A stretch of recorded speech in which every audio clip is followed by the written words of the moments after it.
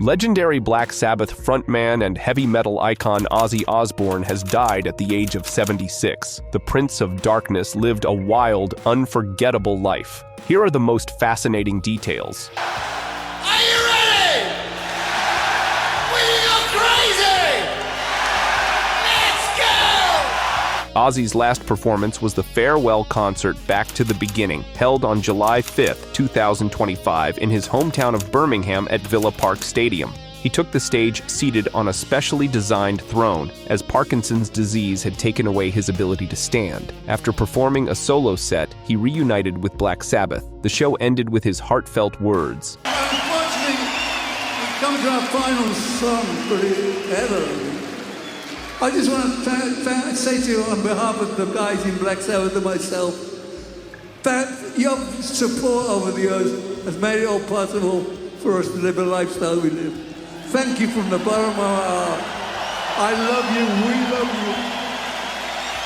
you. Go fucking crazy, let's go! The concert became a historic charity event. Over 40,000 fans attended in person, and nearly 6 million tuned in online, together raising £140, $1 million for charitable causes. I could be right, I could be wrong.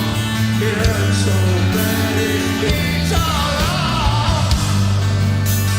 Mama, I'm coming home. Ozzy Osbourne's path to fame began in the late 1960s, when he became the lead vocalist of Black Sabbath, a band that essentially gave birth to the heavy metal genre. Their debut album, Black Sabbath, marked the beginning of a new era in rock music, but it was the follow-up, Paranoid, that brought international acclaim with tracks like Iron Man, War Pigs, and the iconic Paranoid. These songs remain timeless classics and continue to echo across the biggest rock festivals around the world. After leaving the band in 1979, Ozzy launched a wildly successful solo career. His debut album, Blizzard of Oz, was a sensation, introducing the world to legendary tracks like Crazy Train, Mr. Crowley, and Suicide Solution. In the decades that followed, he continued creating music, consistently releasing albums that climbed to the top of the charts. His later hits include No More Tears, Mama, I'm Coming Home, as well as collaborations with Elton John, Ordinary Man, and Post Malone, Take What You Want. As both a solo artist and the frontman of Black Sabbath, he sold over 100 million albums and was inducted into the Rock and Roll Hall of Fame twice, with Sabbath in 2006 and as a solo artist in 2024. Ozzy Osbourne's physical resilience has long fascinated scientists. According to the New York Post, researchers at the company Gnome discovered a unique mutation in his DNA, one that may have helped him survive decades of heavy alcohol and drug abuse. His case even became the subject of a National Geographic study. Professor Bill Sullivan called him a genetic mutant, capable of surviving what would have killed anyone else. Despite his superhuman resilience, Ozzy Osbourne ultimately succumbed to age and illness. In 2003, he suffered a serious spinal injury that required metal implants. In 2019, another fall worsened his condition. Around the same time, he was diagnosed with Parkinson's disease, which slowly took away his mobility. In his final years, Ozzy relied on a wheelchair to get around. By February 2023, after multiple surgeries and rounds of rehabilitation, he officially announced his retirement from performing live. Ozzy spoke about his ongoing health issues just before his death during a May interview with The Guardian. You wake up the next morning and find that something else has gone wrong. You begin to think this is never going to end, he said, noting that wife Sharon organized the final Black Sabbath show as a way to give me a reason to get up in the morning. You were drinking at the time, you were smoking. Drinking at the time, why don't you stop? In 1982, Ozzy Osbourne married his manager, Sharon Levy.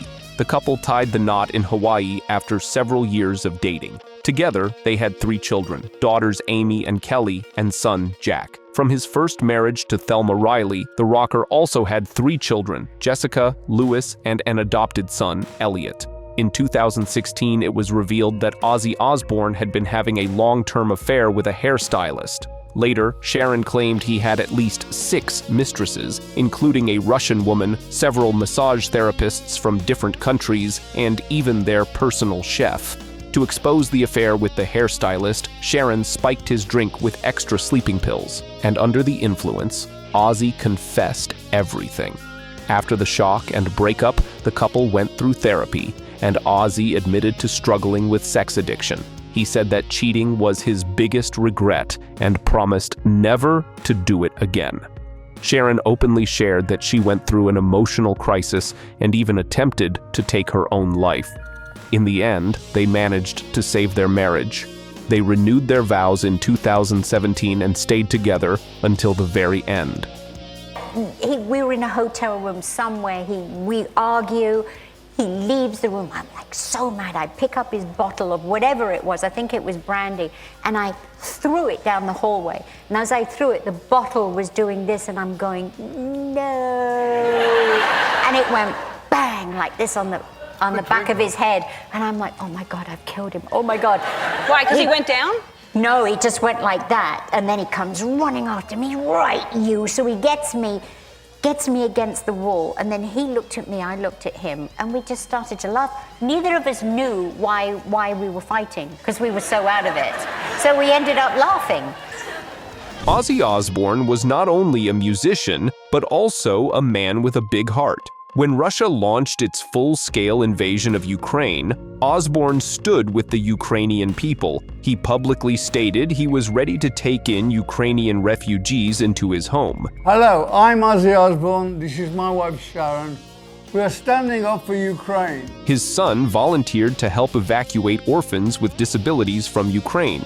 In addition, Ozzy released one of his albums in the colors of the Ukrainian flag and called on the world to support Ukrainians financially. Ozzy Osbourne left behind more than just dozens of hits and millions of records sold. He defined an entire cultural era. His contribution to the evolution of rock music is impossible to overstate. He became a symbol of rebellion, a voice for generations. And as he once said, "I don't just sing music, I live it." Now, his name is forever etched into history. I